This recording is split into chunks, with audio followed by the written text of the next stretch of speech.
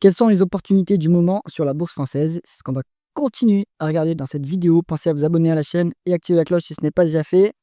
On commence tout de suite avec la sélection. Alors, et derrière dans la couverture dans le CAC 40, on va prendre Technip Energy, les deux boîtes Compagnie du Cambodge et de l'OD, ça c'est Galaxy Bolloré, donc il faut bien s'y connaître, etc. C'est un peu particulier, je mets de côté. FDJ United, GTT, Covisio, Elis, Score, tes performances on l'a déjà traité, Arkema, Nexans, Groupe Sud et Euraseo. Allez, je vous ai préparé la watchlist comme d'habitude. On passe en revue les colonnes. Symbole de cotation boursière, nom de l'entreprise, industrie dans laquelle elle opère, market cap en dollars, parce qu'on n'a pas en euros ici, croissance du chiffre d'affaires en rythme annualisé sur 5 ans, les multiples de valorisation par rapport au flux, VE sur EBITDA, ratio court-bénéfice, ratio court-free cash flow, le rendement des capitaux investis, une rentabilité plutôt opérationnelle, rendement des fonds propres qui est une rentabilité plutôt financière, le levier financier en termes de dette nette sur EBITDA, rendement du dividende, rendement d'actionnaire pour voir s'il y a achat, rachat ou annulation dilution potentielle, free cash flow par rapport au bénéfice net et le payout ratio qui est la proportion de bénéfices versés en dividende. Première entreprise de la liste, c'est Technip Energy. Donc on est sur un spécialiste de l'ingénierie énergétique, donc plutôt ce qui est plateforme pétrolière et gazière. 7 milliards de dollars de market cap, 3,2% de croissance du chiffre d'affaires en rythme annualisé sur 5 ans. On est plutôt sur un secteur qui est mature. Ça, c'est de la croissance organique. On a des multiples qui sont très bas. 6,8 en VE sur EBITDA, les 7 en VE sur EBITDA, 18 en PE, 7 en price free cash flow. C'est une boîte qui dégage du cash. Donc, il vaut mieux regarder le multiple de price free cash flow. On est value sur Technip Energy, complètement value. On a un rendement des capitaux investis qui est à 8,3, ce qui est plutôt correct. On est cash net. En fait, c'est une boîte à BFR négatif. On récupère les acomptes sur contrat et ensuite on utilise le cash qui nous a été donné pour exécuter les contrats. Mais en attendant, ça nous fait des placements de trésorerie. Ça explique aussi pourquoi on a vraiment des fonds propres qui est hyper élevé comme ça, puisque en fait, on place l'argent qui nous est confié. Donc, énorme rendement des fonds propres quand même. 2,4% de rendement du dividende. Peut-être des rachats d'actions. Enfin, il y a des rachats d'actions, mais est-ce qu'elles sont annulées? Il faut les regarder. Et on a des free cash flow 2 fois plus élevés que les bénéfices nets. En réalité, ils sont très radins. Ils sont très très radins avec l'actionnaire, parce que le payout ratio, il est même pas à 10%. Il pourrait racheter massivement les actions ou augmenter le dividende de façon assez colossale. Ils ne le font pas pour l'instant. Pourquoi? Donc ça, il faut questionner. Mais Technip, ça a toute sa place dans un portefeuille value. C'est une très belle société, je trouve. Ensuite, on est sur GTT. Donc là, c'est le numéro 1 mondial des membranes de transport de gaz naturel liquéfié sur les bateaux. Donc, leader mondial, peut-être inconnu par le grand public, mais c'est une très belle boîte. 7 milliards de dollars de market cap, 17,4% de croissance du chiffre d'affaires en rythme annualisé sur 5 ans. Alors ça, je me demande, je ne suis pas assez spécialiste de la valeur, mais je me demande si c'est pas de la croissance externe également. Est-ce qu'ils font de la croissance externe? Parce que si c'est que de l'organique, c'est vraiment pas mal, impressionnant. Les multiples sont relativement élevés quand même. On a 17 en VE sur EBITDA, 20 en PE et 23 en price free cash flow. Bon, on va dire on est sur la croissance à prix un peu cher. C'était raisonnable il y a quelques temps, maintenant ça redevient un petit peu cher quand même, GTT. Mais bon, quand vous voyez une qualité pareille, forte croissance, multiple de rendement des capitaux investis à 75%, c'est exceptionnel. Alors, il y a peut-être un biais dans le calcul, il faudrait retraiter ça. Le rendement des fonds propres à 87%, c'est incroyable. On est cash net sur GTT, c'est normal avec une telle rentabilité. On n'a pas besoin de s'endetter pour financer la croissance. 4,7% de rendement du dividende, excellent. Attention qu'il y a potentiellement un peu de dilution. Donc, est-ce que ces actions qui sont mises en circulation, elles ont été nouvellement créées? Il faut regarder. On a des free cash flow un peu plus bas que les bénéfices nets. Le payout ratio est à 70-75%. C'est pas dit que le dividende augmente beaucoup plus. Donc, on est un peu ric-rac niveau payout ratio. Bon, c'est intéressant quand même à ce niveau-là. Mais ça va peut-être pas monter par la suite. Donc GTT, une belle histoire de croissance. Ça commence à se payer un petit peu cher, mais en même temps, la qualité du dossier est au rendez-vous. Avant de continuer, si jamais vous cherchez des portefeuilles d'investissement performants et passifs, cliquez sur le lien en haut à droite de l'écran. On continue avec FDJ United. Alors, mise en garde sur FDJ United, c'est un marché régulé. Et en plus, il y a l'État au capital. 2 warnings qui m'interdiront absolument d'investir dans ce genre de société. 7 milliards de dollars de market cap, 9,4% de croissance du chiffre d'affaires en rythme annualisé sur 5 ans, donc une forte croissance. Il y a de la croissance externe également ici. On est sur des multiples qui sont un peu chers, je trouve. On est à 12 en VE sur EBITDA, 17 en PE, 16 en price to free cash flow. C'est pas exorbitant, mais bon, c'est un peu cher. Maintenant, les rentabilités elles sont excellentes. En fait, vous n'avez pas du tout besoin de capital. Vous avez uniquement besoin qu'il y ait des gens qui croient qu'ils vont s'enrichir en jouant à des jeux d'argent. 16 17% de rendement des capitaux investis, 35% de rendement des fonds propres. Ouais, c'est très élevé. 2,2 fois l'EBITDA en dette nette. Donc ça, c'est quand ils font des acquisitions, ils font monter la dette. Voilà, c'est un peu élevé à ce niveau, mais ça va se désendetter tranquillement. Ensuite, on est sur 6,2% de rendement du dividende. Intéressant. 4,8% de rendement de l'actionnaire. Il y a un petit peu de dilution potentiellement, donc il faut aller vérifier ce point-là. On a un payout ratio à 82%. Maintenant, la boîte, elle peut rendre tous ses bénéfices aux actionnaires puisqu'il n'y a pas de réinvestissement nécessaire. Et si on veut faire de la croissance, on s'endette, on rachète une boîte et puis c'est terminé. Donc c'est soutenable. Maintenant, c'est très élevé quand même. Donc ça va peut-être pas augmenter beaucoup plus, hein, LDJ. Bon. LDJ, pourquoi pas pour plutôt aussi. Maintenant, c'est plutôt un profil rentier, hein, et uniquement rentier. Il n'y a plus de décote et c'est pas assez qualitatif pour. Surtout, il y a qui a l'État au capital, donc plutôt à l'écart. Covillo. Donc là, on est plutôt sur une rate.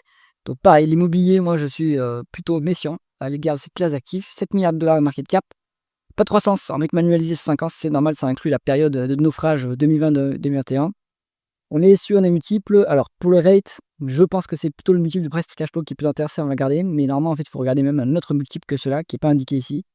17 en price cash flow. Bon, c'est un petit peu cher. Décote sur actif tangible de 20%.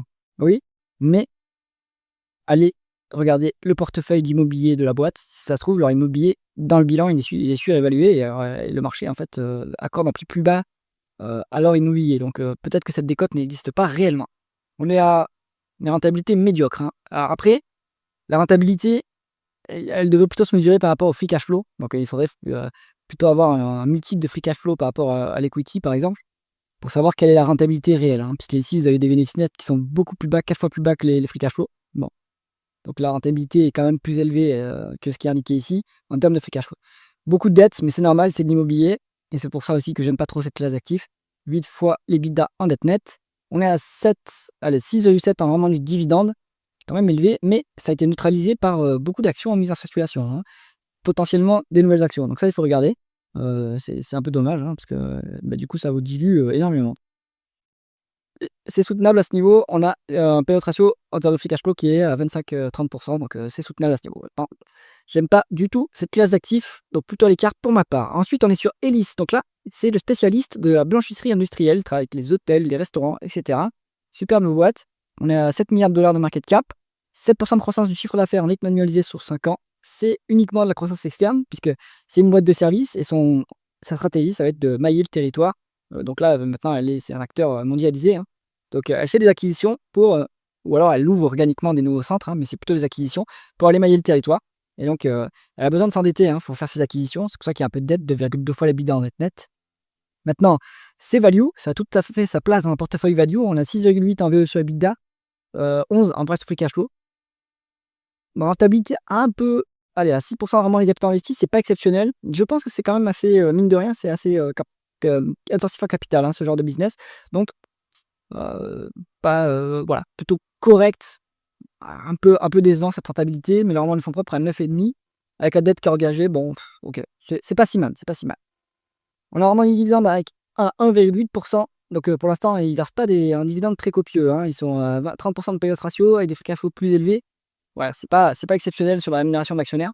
Donc moi, je trouve que c'est un bon petit dossier value à regarder et à analyser plus en détail. J'aime beaucoup ce genre d'activité où voilà, tout simplement mailler le territoire et après c'est que du cash flow qui rentre sans avoir besoin d'une stratégie hyper compliquée et un business qui est facilement compréhensible. Ensuite, on est sur Score. Donc là, on est sur un réassureur.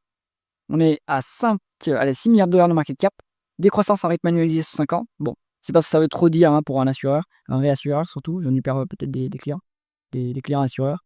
Le multiple le plus intéressant, normalement, c'est le PE. Mais voilà, il est quasiment à zéro, le price earning. On a une rentabilité qui est médiocre, hein, du coup, on n'a pas de résultat. Donc, rendement des fonds propres est très très bas, alors que pour une financière, on veut d'une part une décote en termes de PE, donc là, c'est pas le cas. On veut une décote sur actifs tangibles, c'est pas le cas ici. Et on a vraiment des fonds propres qui a minimum 10%. Donc, pas terrible score, hein, moi, j'aime pas. On a 6,5 en rendement du dividende, qui n'est pas soutenable avec les bénéfices actuels. Donc, voilà, plutôt à l'écart de score. Ensuite, on est sur Arkema. Donc, on est dans la chimie, c'est en difficulté en Europe quand même, hein, donc méfiance, hein, c'est très cyclique. Après, on est sur une boîte qui est relativement bien gérée, 5 milliards de dollars de market cap, 2% de croissance du chiffre d'affaires avec rythme annualisé 5 ans, hein, ça inclut la cyclicité des dernières années. 5,8 en VE sur EBITDA. Donc là, on est value sur ce multiple. Hein. Après, on est à 16,5 en price sur free cash flow, 17 avec 18 en PE. Bon, c'est si on prend le multiple de VE sur EBITDA, on est pas cher. Hein. On n'est pas cher du tout. 4,2 en vraiment les capitaux investis. Malheureusement, c'est très très intensif en capital. Ce business-là, il a une rentabilité médiocre hein, quand même. Il faut souligner 2,2 fois les EBITDA dette net. Ça, c'est un peu élevé pour une cyclique quand même. Donc méfiance. 5,8% de rendement du dividende. 13,4% de rendement de l'actionnaire. Il faut des rachats d'actions assez massifs. Est-ce qu'ils les annulent derrière? Il faut regarder. Mais je pense qu'à ce niveau-là, oui, ils les annulent. En tout cas, ils en annulent une bonne partie. Le payout ratio n'est pas soutenable à ce niveau avec 91% et des free cash flow légers remplis avec les bénéfices nets, mais assez proches. Donc voilà.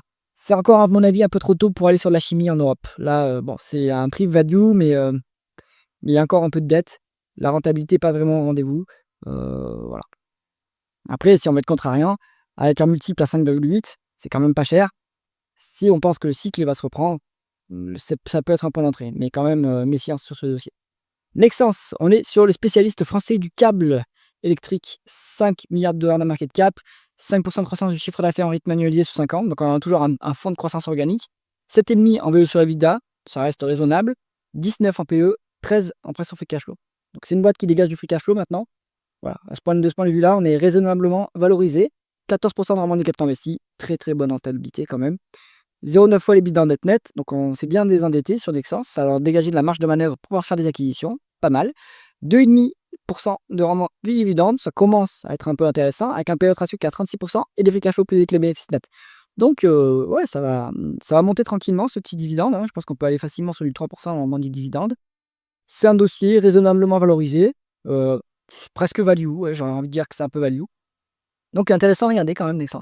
Ensuite, on est sur SEB. Donc là, c'est plutôt des appareils électroménagers, donc très liés à la santé du consommateur. Donc attention, ils sont aussi très exposés à la Chine.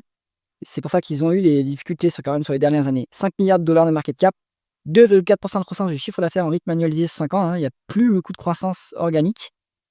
7,5 en BE sur EBITDA. Donc du coup, la valorisation s'en ressent. On n'est pas très chèrement valorisé. C'est une boîte qui dégage plutôt du free cash flow, un type de free cash flow à 14.